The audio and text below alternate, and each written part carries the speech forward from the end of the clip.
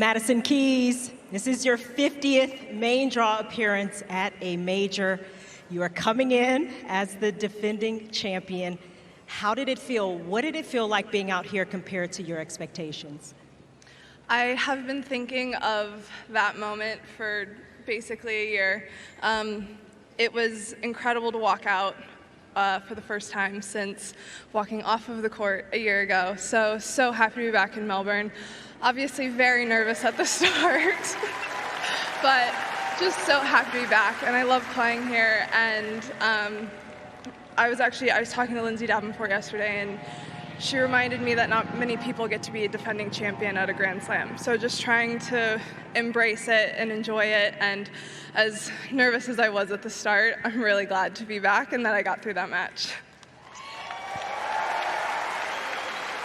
Well, it is great to see you back, and so many in this crowd enjoyed the effort you put in. You didn't get off to a great start by your own standards, but how did you turn that first set around?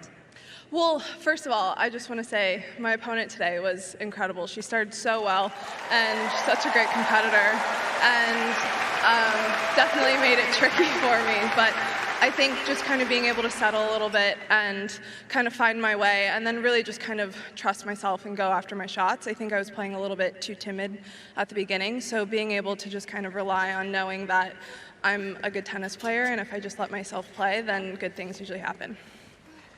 Well, let's talk a little bit about your opponent, because she came out, she was ready to play. It's a tricky style of opponent with the mixes of the spins and the pace. What did you first think in the first game or two, and how did you kind of deal with that and cope with it? It's definitely not the typical style that you see every day, which I think makes it a little bit trickier, but just the changes of pace with the higher balls and the slice, and she's also super fast and got to a lot of balls, so really just kind of made me work myself out on the other side of the net today, which I was able to do. And then I think at the end I was just really, like I said, able to just kind of trust myself and kind of take a step back, but then just go for my shots. Well, let's talk about your team, and specifically your husband. You celebrated a one-year anniversary not too long ago. Did you do anything special? I know you're kind of low-key about these kinds of things, but that's a pretty big milestone. Did you do anything special? We went to the spa and kind of hung out, and we were both at a hotel, and we were like, this makes me feel like we're at a tournament, let's go home.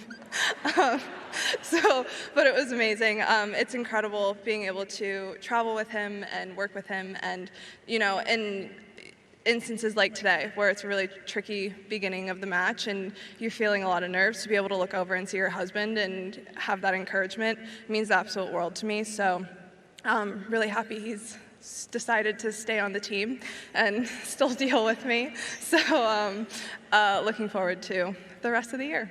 Now, I'm curious, if he wanted to get off the team, what does that entail? I feel like we're solid enough that he would just have to say, I think I'm going to stay at home, and I'd say, fair enough. I'll text you, I guess. But luckily, he's still, I think, enjoying it. So we'll keep going until he tells me he wants to stay home. Well, he had to have enjoyed how you worked through that match. A fantastic victory. You're into the second round. Ladies and gentlemen, Madison Keys.